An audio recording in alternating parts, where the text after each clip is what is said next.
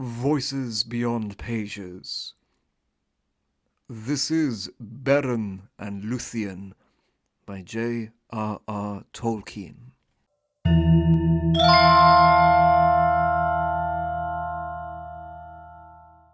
Preface. After the publication of the Silmarillion in 1977, I spent several years investigating the earlier history of the work and writing a book which I called The History of the Silmarillion. Later, this became the somewhat shortened basis of the earlier volumes of the History of Middle-earth. In 1981, I wrote at length to Raynar Unwin, the chairman of Allen and Unwin, giving him an account of what I had been and was still doing.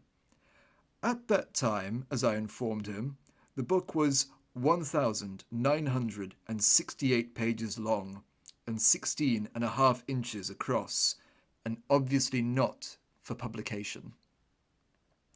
I said to him, "If and or when you see this book, you will perceive immediately why I have said that it is in no conceivable way publishable. The textual and other discussions are far too detailed and minute.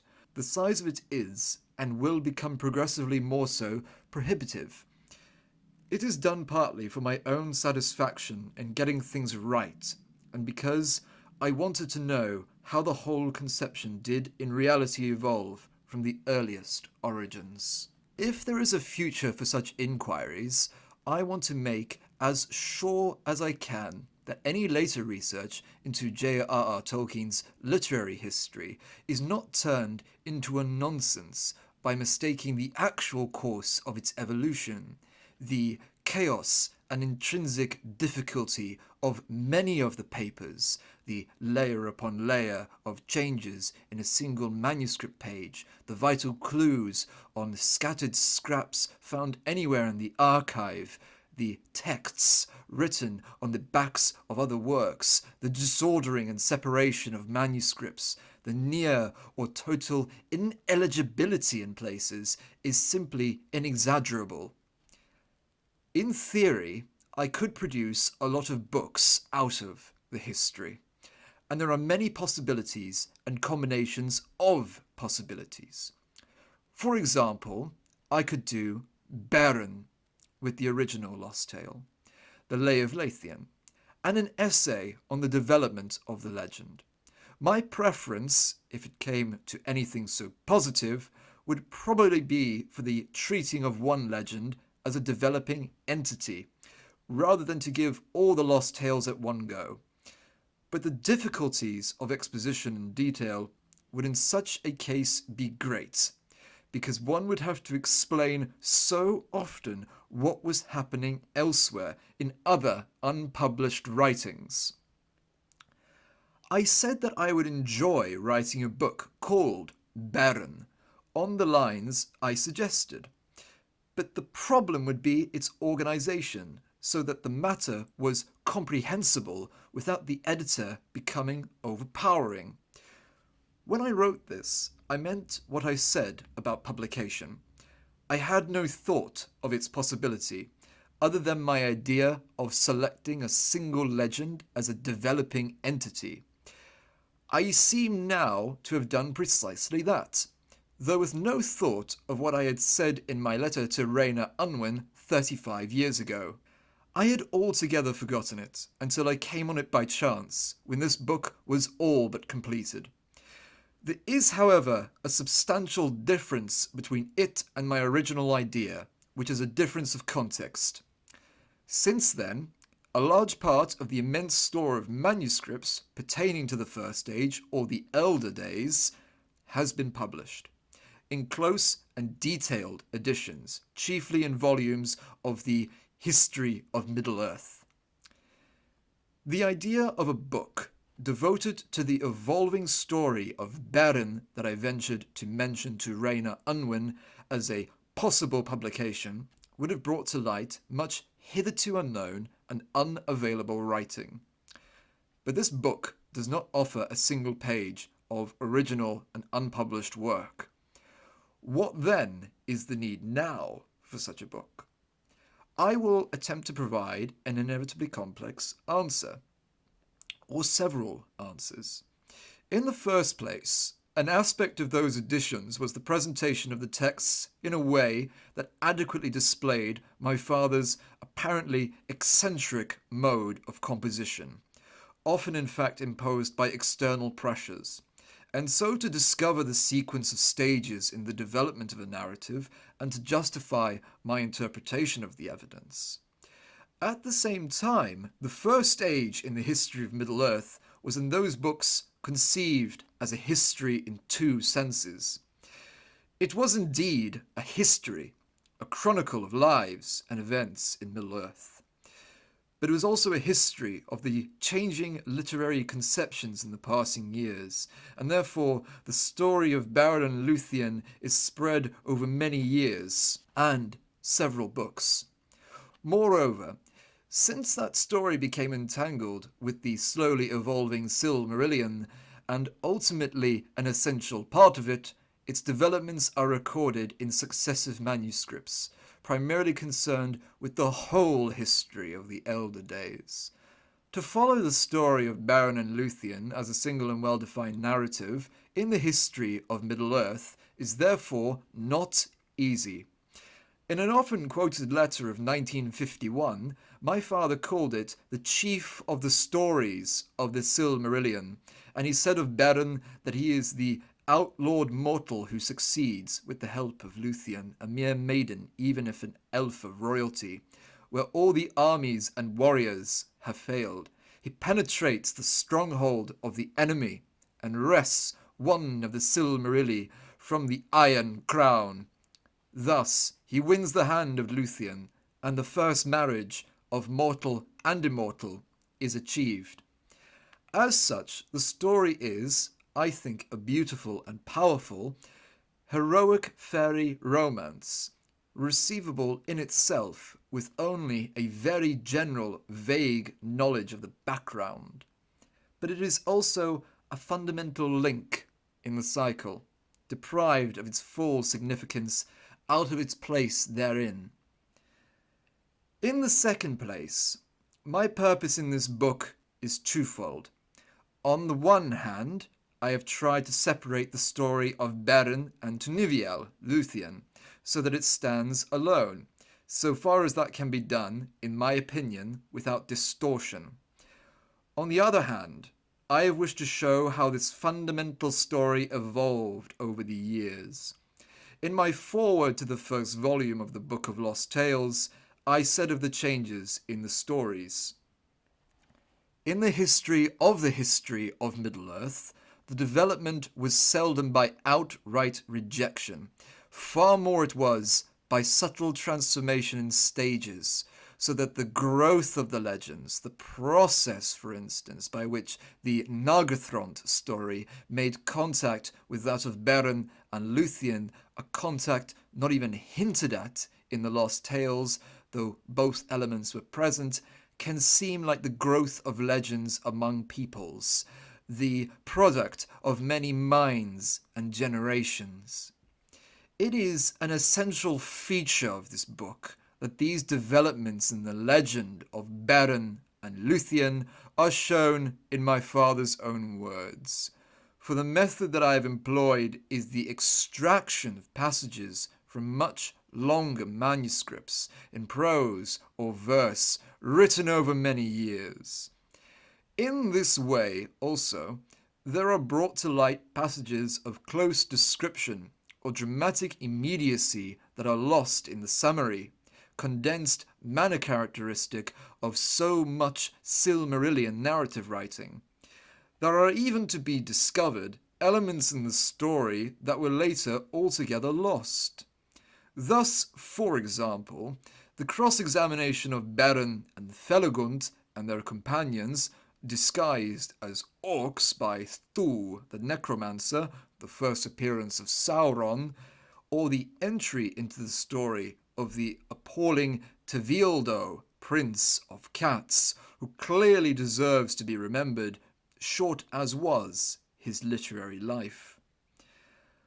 Lastly, I will cite another of my prefaces, that to the Children of Hurin from 2007. It is undeniable that there are a great many readers of The Lord of the Rings for whom the legends of the elder days are altogether unknown, unless by their repute as strange and inaccessible in mode and manner.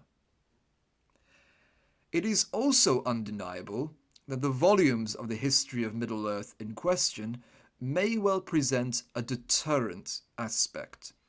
This is because my father's mode of composition was intrinsically difficult, and a primary purpose of the history was to try to disentangle it, thereby, it may seem, exhibiting the tales of the elder days as a creation of unceasing fluidity. I believe that he might have said, in explanation of some rejected element in the tale, I came to see that it was not like that, or I realized that that was not the right name.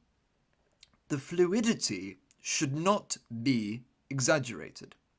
There were nonetheless great, essential permanencies, but it was certainly my hope in composing this book that it would show how the creation of an ancient legend of Middle-earth, changing and growing over many years, reflected the search of the author for a presentation of the myth nearer to his desire. In my letter to Rainer Unwin of 1981, I observed that in the event of my restricting myself to a single legend from among the legends that make up the Lost Tales, the difficulties of exposition in detail would in such a case be great, because one would have to explain so often what was happening elsewhere in other unpublished writings. This has proved an accurate prediction in the case of Beren and Luthien. A solution of some sort must be achieved, for Beren and Luthien did not live, love, and die with their friends and foes on an empty stage, alone, and with no past. I have therefore followed my own solution in the Children of Hurin. In my preface to that book, I wrote, "It seems unquestionable, from my father's own words, that if he could achieve final and finished narratives on the scale he desired, he saw three great tales of the elder days, Beren and Luthien, the Children of Hurin, and the Fall of Gondolin, as works sufficiently complete in themselves as not to demand knowledge of the great body of legend known as the Silmarillion. On the other hand, the tale of the Children of Hurin is integral to the history of elves and men in the elder days, and there are necessarily a good many references to events and circumstances in that larger story. I therefore gave a very brief sketch of Beleriand and its peoples near the end of the elder days, and I included a list of all names occurring in the texts with very concise indications concerning each. In this book, I have adopted from the Children of Hurin that brief sketch, adapting and shortening it. And I have likewise provided a list of all names occurring in the texts, in this case with explanatory indications of a very varied nature. None of this ancillary matter is essential, but is intended merely as an assistance if desired. A further problem which I should mention arose from the very frequent change of names. To follow with exactness and consistency the succession of names in texts of different dates would not serve the purpose of this book. I have therefore observed no rule in this respect, but distinguished old and new in some cases, but not in others, for various reasons. In a great many cases, my father would alter a name in a manuscript at some later or even much later time, but not consistently. For example, Elfin to Elven. In such cases, I have made Elven the sole form, or Beleriand for earlier Broceliant, but in others I have retained both, as in Tinuviel being Thingol, Artenor being Doriath. The purpose of this book, then, is altogether different from that of the volumes of the history of Middle-earth, from which it is derived. It is emphatically not intended as an adjunct to those books. It is an attempt to extract one narrative element from a vast work of extraordinary richness and complexity. But that narrative, the story of Beren and Luthien, was itself continually evolving and developing new associations as it became more embedded in the wider history. The decision of what to include and what to exclude of that ancient world at large could only be a matter of personal and often questionable judgment. In such an attempt, there can be no attainable correct way. In general, however, I have erred on the side of clarity and resisted the urge to explain for fear of undermining the primary purpose and method of the book. In my 93rd year, this is presumptively my last book in the long series of editions of my father's writings, very largely previously unpublished, and is of a somewhat curious nature. This tale is chosen in memoriam because of its deeply rooted presence in his own life and his intense thought on the union of Luthien, whom he called the greatest of the Eldar, and of Beren, the mortal man, of their fates and of their second lives. It goes back a long way in my life, for it is my earliest actual recollection of some element in a story that was being told to me, not simply a remembered image of the scene, of the storytelling. My father told it to me, or parts of it, speaking it without any writing in the early 1930s. The element in the story that I recall in my mind's eye is that of the eyes of the wolves as they appeared one by one in the darkness of the dungeon of Thule. In a letter to me on the subject of my mother, written in the year after her death, which was also the year before his own, he wrote of his overwhelming sense of bereavement and of his wish to have Luthien inscribed beneath her name on the grave. He returned in that letter, as in that cited on page 29 of this book, to the origin of the tale of Beren and Luthien in a small woodland glade filled with hemlock flowers near Ruas in Yorkshire, where she danced, and he said, "But the story has gone crooked, and I am left, and I cannot plead before the inexorable Mandos." Notes on the Elder Days. The depth and time to which this story reaches back was memorably conveyed in a passage in The Lord of the Rings. At the Great Council in Rivendell, Elrond spoke of the last alliance of elves and men, and the defeat of Sauron at the end of the Second Age, more than 3,000 years before. Thereupon Elrond paused a while, and sighed. "I remember well the splendour of the banners," he said. "It recalled to me the glory of the elder days, and the hosts of Beleriand. So many great princes and captains were assembled, and yet not so many, nor so fair, as when Thangorodrim was broken, and the elves deemed that evil was ended forever. And it was not so." "You remember," said Frodo, speaking his thought aloud in his astonishment. I thought, he stammered as Elrond turned towards him. I thought that the fall of Gil-galad was a long time ago. So it was indeed, answered Elrond gravely. But my memory reaches back even to the elder days. Eärendil was my sire, who was born in Gondolin before its fall, and my mother was Elwing, daughter of Dior, son of Luthien, of Doriath. I have seen 3 ages in the west of the world, and many defeats, and many fruitless victories. Of Morgoth. Morgoth, the Black Enemy, as he came to be called, was, in his origin, as he declared to Hurin, brought captive before him. Melkor, first and mightiest of the Valar, who was before the world.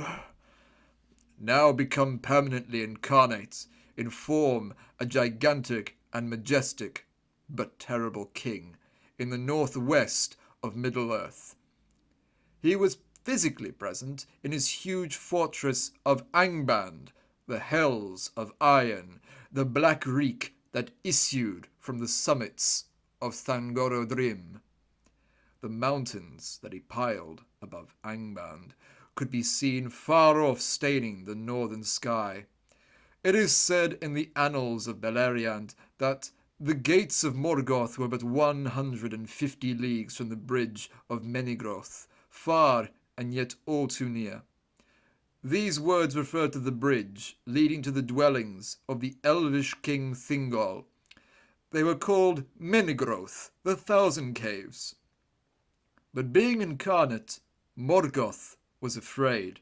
My father wrote of him, as he grew in malice and sent forth from himself the evil that he conceived in lies and creatures of wickedness, his power passed into them and was dispersed, and he himself became ever more earthbound, unwilling to issue from his dark strongholds. Thus, when Fingolfin, High King of the Noldoreen elves, rode alone to Angband to challenge Morgoth to combat, he cried at the gate, "Come forth, thou coward king, to fight with thine own hand! Den-dweller, wielder of thralls, liar, lurker, foe of gods and elves, come, for I would see thy craven face." Then it is told, Morgoth came forth, for he could not refuse such a challenge before the face of his captains. He fought with the great hammer of Grond, which at each blow made a great pit, and he beat Fingolfin to the ground. But as he died, he pinned the great foot of Morgoth to the earth, and the black blood gushed forth and filled the pits of Grond. Morgoth went ever halt thereafter, and so also when Beren and Luthien made their way into the deepest hall in Angband when Morgoth sat, Luthien cast a spell on him, and suddenly he fell, as a hill sliding in avalanche, and hurled like thunder from his throne, lay prone upon the floors of hell. Of Beleriand. When Treebeard strode through the forest of Fangorn, carrying Merry and Pippin each in the crook of his arm, he sang to them of ancient forests in the great country of Beleriand, which was destroyed in the tumults of the great battle at the end of the elder days. The great sea poured in and drowned all the lands west of the Blue Mountains, called Ered Luin and Ered Lindon, so that the map accompanying the Silmarillion ends in the east with that mountain chain, whereas the map accompanying the Lord of the Rings ends in the west, also with the Blue Mountains. The coastal lands beyond them on their western sides were all that remained in the Third Age of that country, called Osiriand, Land of Seven Rivers, in which Treebeard once walked. I wandered in summer in the elmwoods of Osiriand. Ah, the light and the music in the summer by the 7 rivers of Ossia, and I thought that was best. It was over the passes of the Blue Mountains that men entered Beleriand. In those mountains were the cities of the dwarves, Nogrod and Belegost, and it was in Osiriand that Beren and Luthien dwell after they were permitted by Mandos to return to Middle-earth. Treebeard walked also among the pine trees of Dorthonion, land of pines. To the pine trees upon the highland of Dorthonion I climbed in the winter. Ah, the wind and the whiteness and the black branches of winter upon Orad Nothun. My voice went up and sang in the sky. That country came afterwards to be called Tower Nifuin, the Forest Under Night, when Morgoth turned it into a region of dread and dark enchantment, of wandering and despair. Of the Elves. The Elves appeared on earth far off in a distant land, Palisor, beside a lake named Quavinin, the Water of Awakening, and thence they were summoned by the Valar to leave Middle-earth, and passing over the great sea to come to the blessed realm of Aman in the west of the world, the land of the gods. Those who accepted the summons were led on a great march across Middle-earth by the Valar, Orome, the hunter, and they are called the Eldar, the elves of the great journey, the High Elves, distinct from those who, refusing the summons, chose Middle-earth for their land and their destiny. But not all the Eldar, though they had crossed the Blue Mountains, departed over the sea, and those who remained in Beleriand are named the Sindar, the Grey Elves. Their High King was Thingol, which means Grey Cloak, who ruled from Menegroth, the 1,000 caves in Doriath, once known as Artanor. And not all the Eldar who crossed the Great Sea remained in the lands of the Valar, for one of their great kindreds, the Noldor, the Lawmasters, returned to Middle-earth, and they are called the Exiles. The prime mover in their rebellion against the Valar was Fëanor, maker of the Silmarils. He was the eldest son of Finwë, who had led the host of the Noldor from Quavinin, but was now dead. In my father's words, the jewels were coveted by Morgoth, the enemy, who stole them, and, after destroying the trees, took them to Middle-earth, and guarded them in his great fortress of Thangorodrim. Against the will of the Valar, Fëanor forsook the blessed realm, and went in exile to Middle-earth, leading with him a great part of his people, for in his pride he purposed to recover the jewels from Morgoth by force. Thereafter followed the hopeless war of the Eldar and the Edain, the men of the 3 houses of the Elf Friends, against Thangorodrim, in which they were at last utterly defeated. Before their departure from Valinor, there took place the dreadful event that marred the history of the Noldor in Middle-earth. Fëanor demanded of those Teleri, the 3rd host of the Eldar on the great journey, who dwelt now on the coast of Aman, that they give up to the Noldor the fleet of ships, their great pride, for without ships the crossing to Middle-earth by such a host would not be possible. This the Teleri refused utterly. Then Fëanor and his people attacked the Teleri in their city of Alqualonde, the haven of the swans, and took the fleet by force.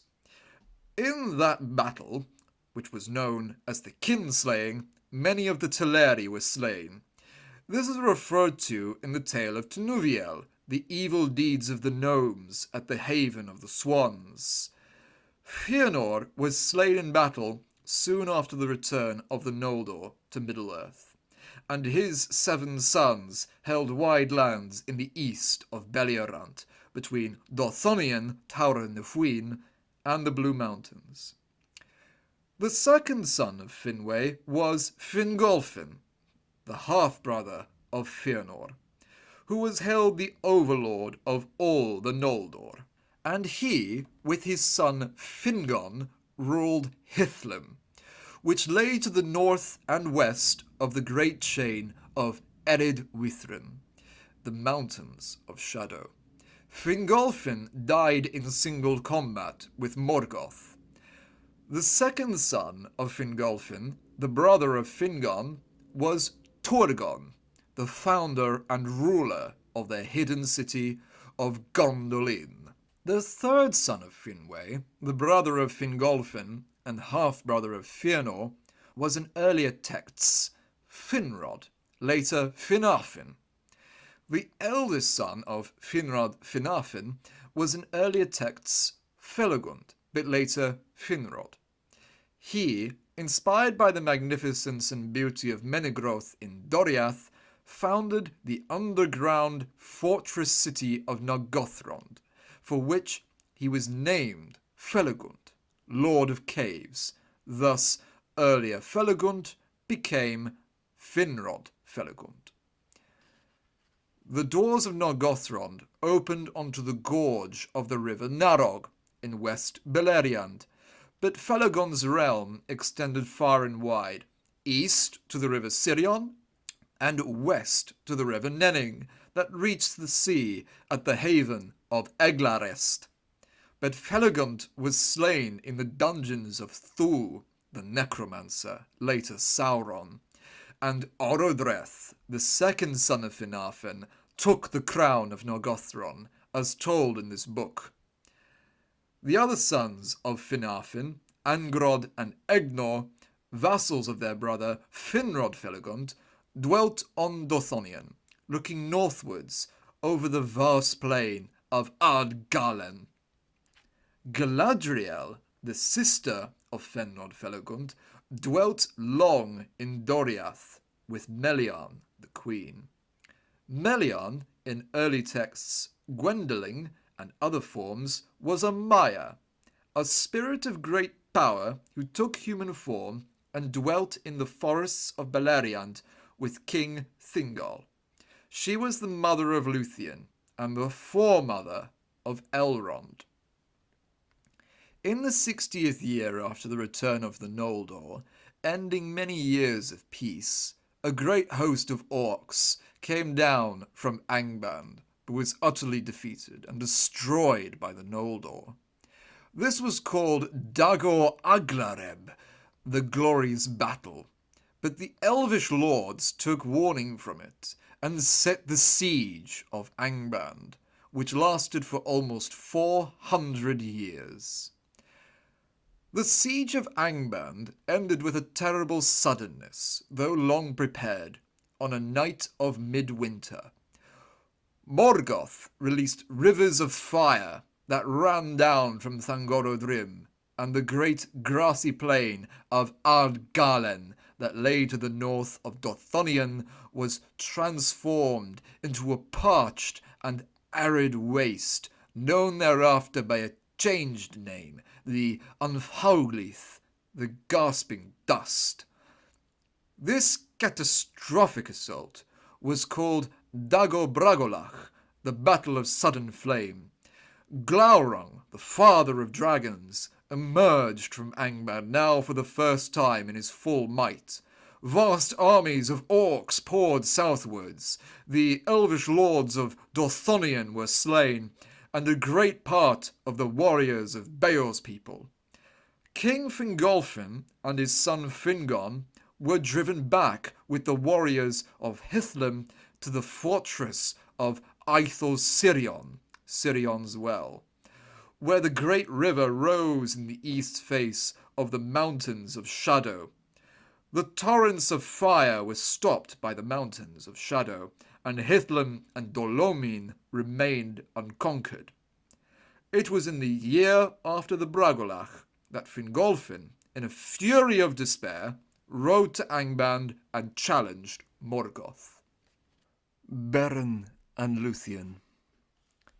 In a letter of my father's written on the 16th of July, 1964, He said, "The germ of my attempt to write legends of my own to fit my private languages was the tragic tale of the hapless Kullervo in the Finnish Kalevala. It remains a major matter in the legends of the First Age, which I hope to publish as the Silmarillion, though as the Children of Hurin it is entirely changed except in the tragic ending. The second point was the writing out of my head of the Fall of Gondolin, the story of Idril and Erendel during sick leave from the army in 1917, and by the original version of the Tale of Luthien Tinuviel and Beren, later in the same year. That was founded on a small wood with a great undergrowth of hemlock. No doubt many other related plants were also there, near Ruas in Holderness, where I was for a while on the Humber garrison. My father and mother were married in March 1916, when he was 24 and she was 27. They lived at first in the village of Great Haywood in Staffordshire. But he embarked for France and the Battle of the Somme early in June of that year. Taken ill, he was sent back to England at the beginning of November 1916, and in the spring of 1917 he was posted to Yorkshire. This primary version of the Tale of Tinuviel, as he called it, written in 1917, does not exist, or more precisely, exists only in the ghostly form of a manuscript in pencil that he all but entirely erased for most of its length. Over this, he wrote the text that is for us the earliest version. The Tale of Tinuviel was one of the most constituent stories of my father's major early work of his mythology, the Book of Lost Tales. An exceedingly complex work which I edited in the first two volumes of the History of Middle-earth, 1983 to 1984. But since the present book is expressly devoted to the evolution of the legend of Beren and Luthien, I will here very largely pass by the strange setting and the audience of the Lost Tales, for the Tale of Tinuviel is in itself almost entirely independent of that setting. Central to the Book of Lost Tales was the story of an English mariner of the Anglo-Saxon period named Eriol or Alvina, who, sailing far westwards over the ocean, came at last to Toloressia, the lonely isle, where dwelt elves who had departed from the great lands, afterwards Middle-earth, a term not used in the Lost Tales. During his sojourn in Toloressia, he learned from them the true and ancient history of the creation, of the gods, of the elves, and of England. This history is the Lost Tales of Elfiness. The work is extant in a number of battered little exercise books in ink and pencil, often formidably difficult to read.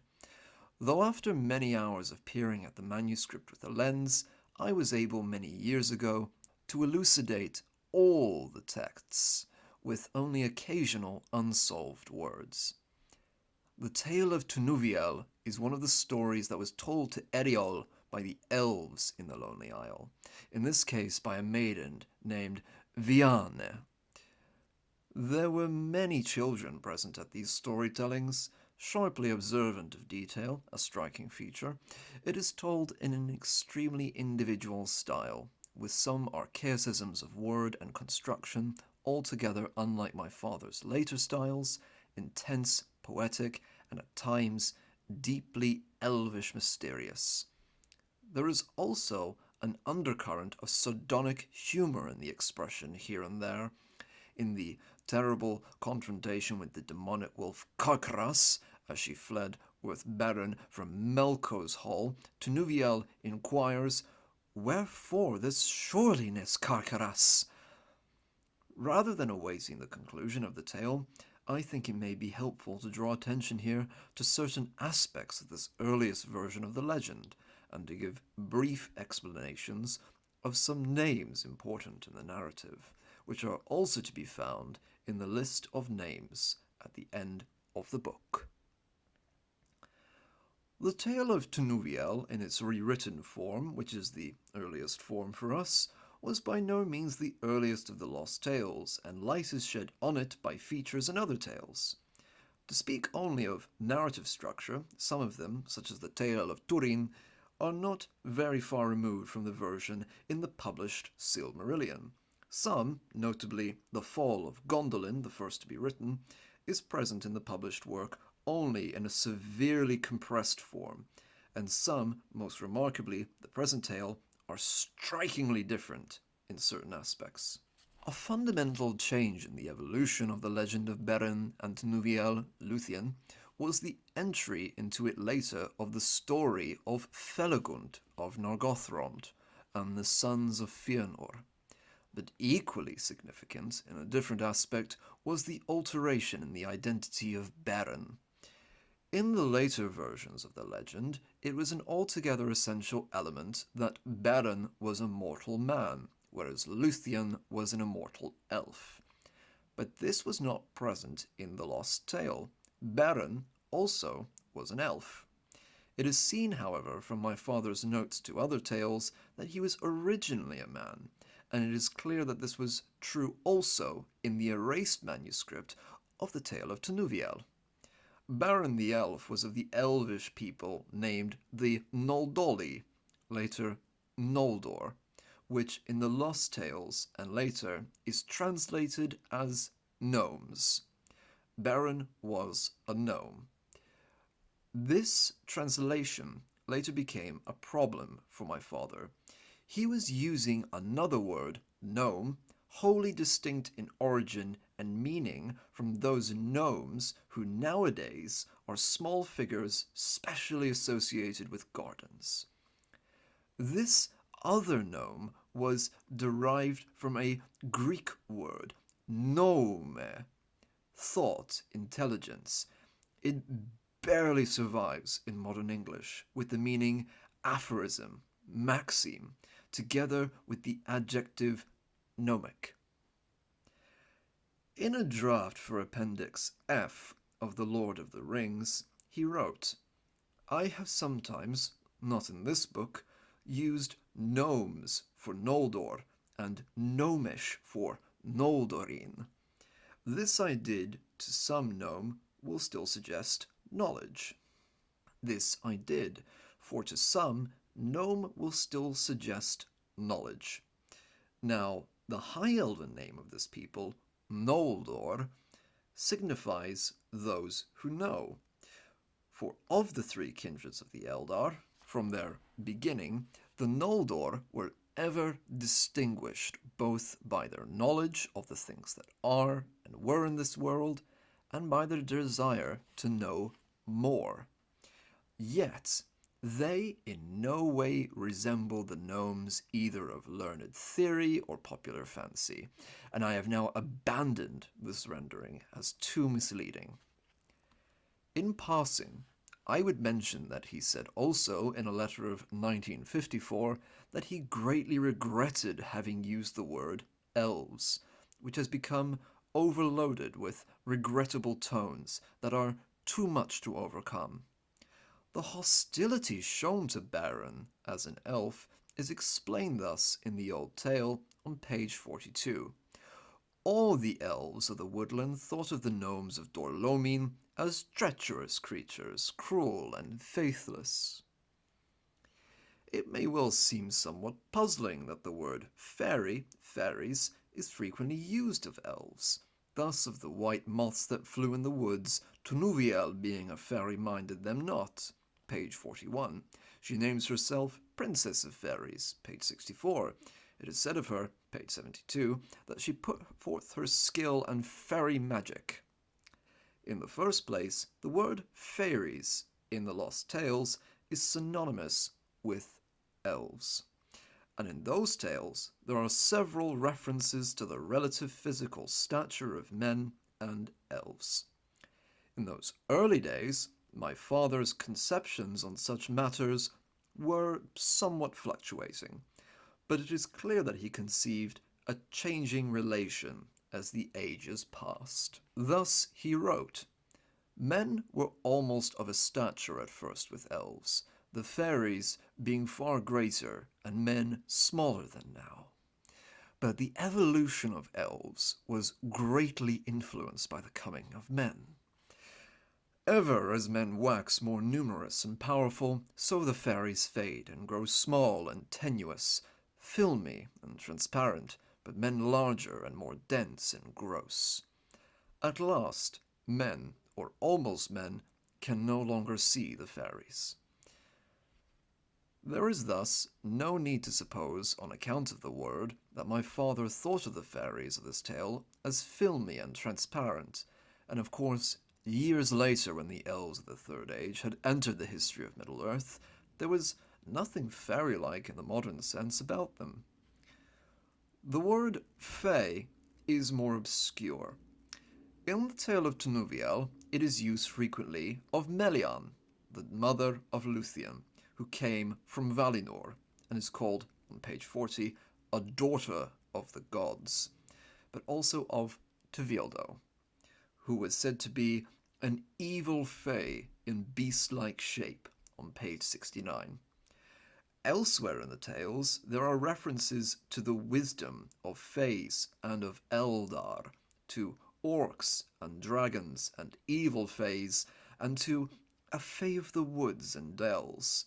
Most notable, perhaps, is the following passage from the tale of the coming of the Valar. "About them fared a great host, who are the sprites, spirits, of trees and woods, of dale and forest and mountain-side, or those that sing amid the grass at morning and chant among the standing corn at eve. These are the Nirmir and the Tavari, Nandini and Orosi, fays of the meads, of the woods, of the valleys, of the mountains, fays, pixies, leprons, and what else are they not called? For their number is very great. Yet must they not be confused with the Eldar, the elves, for they were born before the world, and are older than its oldest, and are not of it." Another puzzling feature appearing not only in the tale of Tinuviel, of which I have found no explanation, nor any more general observation, concerns the power that the Valar possess over the affairs of men and elves, and indeed over their minds and hearts. In the far distant Great Lands, Middle-earth, to give examples, on page 78, the Valar brought Huan to a glade, where Beren and Luthien were lying on the ground in their flight from Angband, and she said to her father, on page 82, "The Valar alone saved Beren from a bitter death." Or again, in the account of Luthien's flight from Doriath, page 57, "She entered not that dark region, and regaining her heart pressed on," was later changed to, "She entered not that dark region, and the Valar set a new hope in her heart, so that she pressed on once more." As regards the names that appear in the tale, I will note here that Artanor corresponds to later Doriath, and was also called the Land Beyond. To the north lay the barrier of the Iron Mountains, also called the Bitter Hills, over which Beren came. Afterwards they became Ered Withrin, the Mountains of Shadow. Beyond the mountains lay Hislume, Hithlum, the Land of Shadow, also called Dolomin. Palisor is the land where the elves awoke. The Valar are often referred to as the gods, and are called also the Ainur, singular Ainu. Melkor, later Melkor, is the great evil Valar called Morgoth, the Black Foe, after his theft of the Silmarils. Mandos is the name both of the Valar and the place of his abode. He is the keeper of the houses of the dead. Manwe is the lord of the Valar. Varda, maker of the stars, is the spouse of Manwe, and dwells with him on the summit of Taniquetil, the highest mountain of Arda.